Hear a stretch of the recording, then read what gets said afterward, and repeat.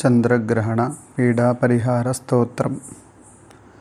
योऽसौ वज्रधरो देवः आदित्यानां प्रभुर्मतः सहस्रनयनः शक्रः ग्रहपीडां व्यपोहतु। मुखं यः सर्वदेवानां सप्तार्चिरमितद्युतिः चन्द्रसूर्योपरागोत्थाम् अग्निः पीडां व्यपोहतु। यः कर्मसाक्षी लोकानां यमो महिषवाहनः चन्द्रसूर्योपरागोत्थां ग्रहपीडां व्यपोहतु। रक्षो गणाधिपः साक्षात् प्रलयानलसन्निभः उग्रः करालो निर्रतिः ग्रहपीडां व्यपोहतु।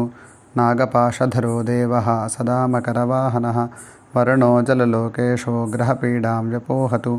यः प्राणरूपो लोकानां वायुः कृष्णमृगप्रियः चन्द्रसूर्योपरागोत्थां ग्रहपीडां व्यपोहतु। योऽसौ निधिपतिर्देवः खड्गशूलधरो वरः चन्द्रसूर्योपरागोत्थं कलुषं मे व्यपोहतु।